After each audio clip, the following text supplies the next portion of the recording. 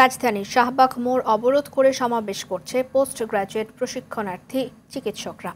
দাবি আদায় না হওয়া পর্যন্ত রাজপথে থাকার ঘোষণা তাদের। এদিকে ৩ দফা দাবিতে জাহাঙ্গীর গেট এলাকার সড়ক অবরোধ করে বিক্ষোভ করেছে চাকরিচ্যুত এবং বাধ্যতামূলক অবসরে পাঠানো সশস্ত্র বাহিনীর সদস্যরা। এসব সড়ক অবরোধ করায় রাজধানী জুড়ে দেখা দেয় তীব্র যানজট। শরীয়ত খানের রিপোর্ট। ভাতা বৃদ্ধির দাবিতে গত রোববার শাহবাগ মোড়ে অবস্থান নিয়েছিল পোস্ট গ্রাজুয়েট প্রশিক্ষণার্থী চিকিৎসকরা।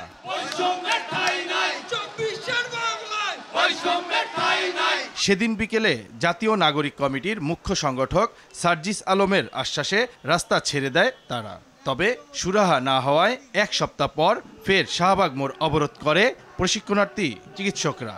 এতে যোগ দেয় বিভিন্ন মেডিকেলের পোস্ট গ্রাজুয়েট প্রশিক্ষণার্থী চিকিৎসক। 30,000 25,000 টাকা আমাদের সম্ভব না। আমাদের একটাই দাবি, আমাদের ভাতা 50,000 করা হোক, অথবা নবম গ্রেড সকল সুযোগ সুবিধা সহ করা হোক। এটাই আমাদের দাবি। আমরা চাচ্ছি যে যেন একটা সমপর্যায়ে আসে, যাতে করে আমরা সার্ভাইভ করতে পারি অন্তত। দাবি আদায় না হওয়া পর্যন্ত রাজপথে থাকার ঘোষণা তাদের। যতক্ষণ পর্যন্ত দাবি আদায় না হবে ততক্ষণ পর্যন্ত আমরা এখানে থাকব। এদিকে শাহবাগ মোড় বন্ধ হয়ে যাওয়ায় আশপাশের রাস্তায় তীব্র যানজট দেখা দেয়। এতে চরম ভোগান্তিতে পড়ে সাধারণ মানুষ।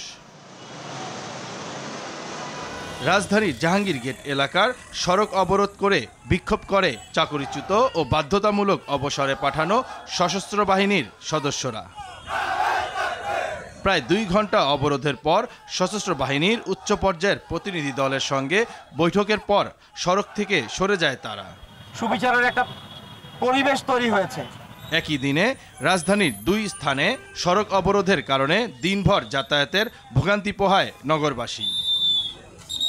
শরীয়ত খান, RTV।